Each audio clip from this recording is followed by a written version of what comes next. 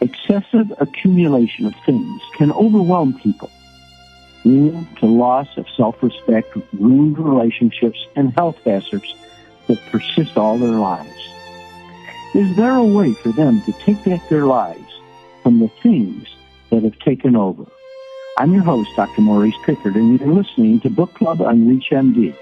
And with me today is Elaine Birchall, social worker and founder of the Canadian National Hoarding Coalition.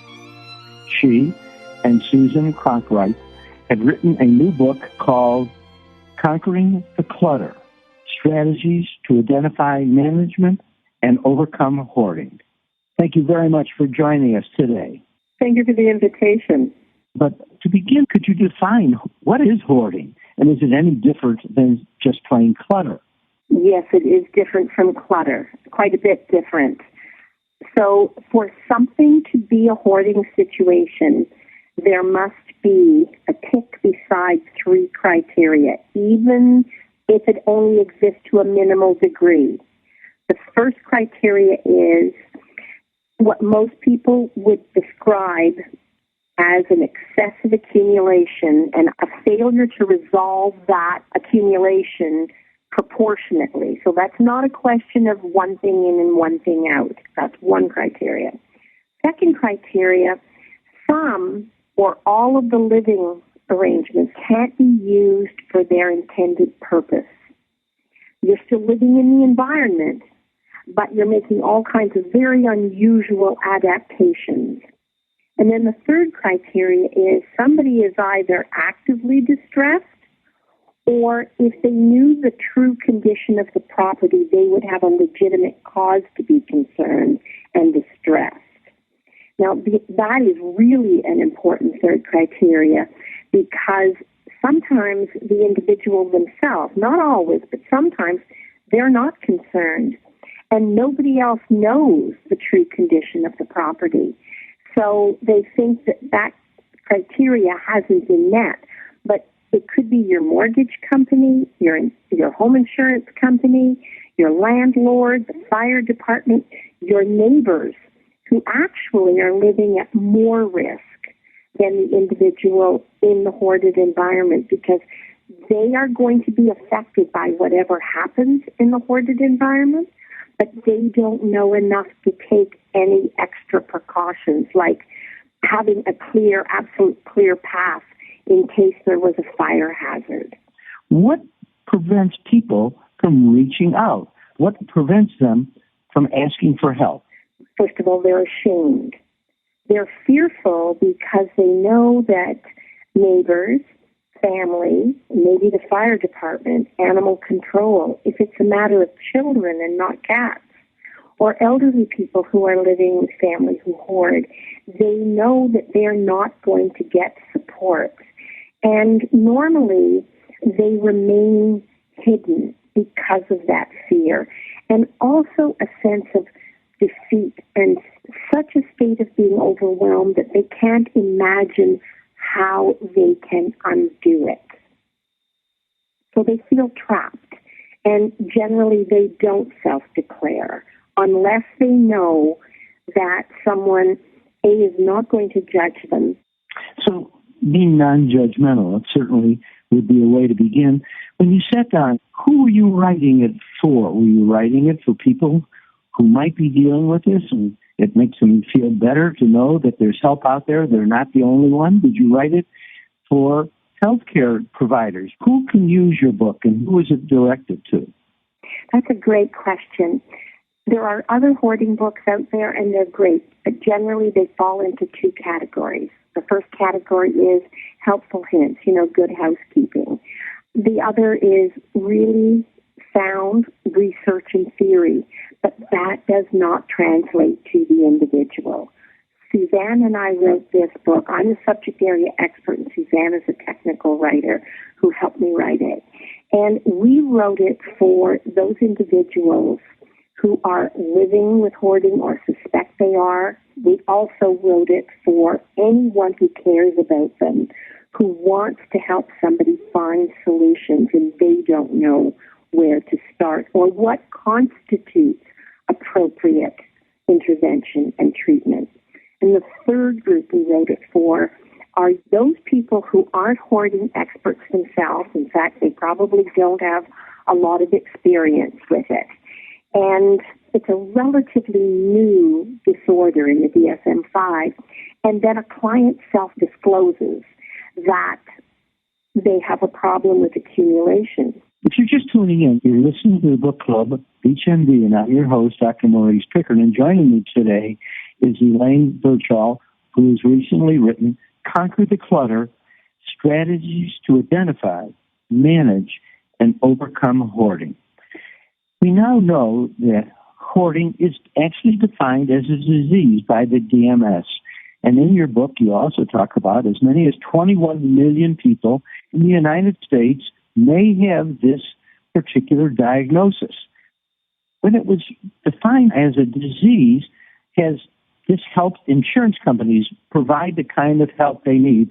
Is there actually now resources, since it's defined as a disease, that clients can reach out to? Yes, insurance companies can cover parts of the cost of treatment. So, for instance, in my case, I'm a registered social worker, and I have an MSW, so I reach the professional credentials that insurance companies will reimburse the client for parts of my fees, and that should be true in the United States as well. The other thing is, though, the individual, generally this insurance is provided through work. It's an extended health benefit, generally, or purchased extra health. So each of those plans, it can be very different from one another. So you need to go back to your insurance company, check your specific plan, and then act accordingly. You talk about vulnerabilities. And is there a profile for hoarders? Is there something we can identify that makes you more likely to be a hoarder and therefore be aware of it and step in or at least seek help? When I looked at all the research, I looked at my 18 years of experience. I do a great deal of training all across North America. So all of the peer questions that come to me, I boil it down to three paths. And the first is genetics. We do know, depending on whose research that you listen to, anywhere from 50% to 84% of individuals who hoard will have a first-degree family relative who hoards. That's a mother, father, sister, brother. We also know that for certain types of hoarding, there are 3 chromosomes with markers in common. And there is a 4th chromosome that was identified, chromosome 4, 5, and 7. And then Johns Hopkins Medical School did a OCD collaborative genetics study and found another chromosome, chromosome 14, shows a highly prevalent familial pattern of inheritance between where OCD is a family trait and hoarding behavior. Now, if you think of the power of modeling behavior, most of us repeat what was done to us, or we see normal as what we grew up with. And so it can't be a surprise to anyone that an additional vulnerability would be you can't hit the normal target if you didn't grow up with normal.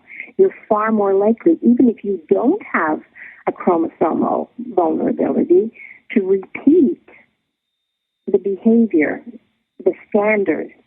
The second path is that there is a defined list of comorbidities. Some of these are mental health challenges, and some of them are physical health challenges. If you think of the number of people in the Western Hemisphere who have depression and anxiety, both of those are highly correlated with hoarding behavior. But we also find that with certain physical illnesses, MS, Parkinson's, when the cognitive level becomes sufficiently impaired, in many of those cases, hoarding situations will begin, often for the first time in the person's life. Now, that third path is particularly alarming to me because I believe that most people people, not all, but many people who don't suspect it can happen to them, they're vulnerable. And that is when you have to fight to stay organized. You're just not the most organized individual. And then something happens that is a setback, either a major event or a series of smaller events, but that happens in a compressed period of time. And you don't have time to restabilize in between. And you end up in a state of profound overwhelmness. That state of overwhelmness is really alarming, and that is what people should keep an eye out for. Have people looked into what the Internet has done to hoarders and how this may be really complicating the problem and just adding tremendous debt, as you mentioned in your book?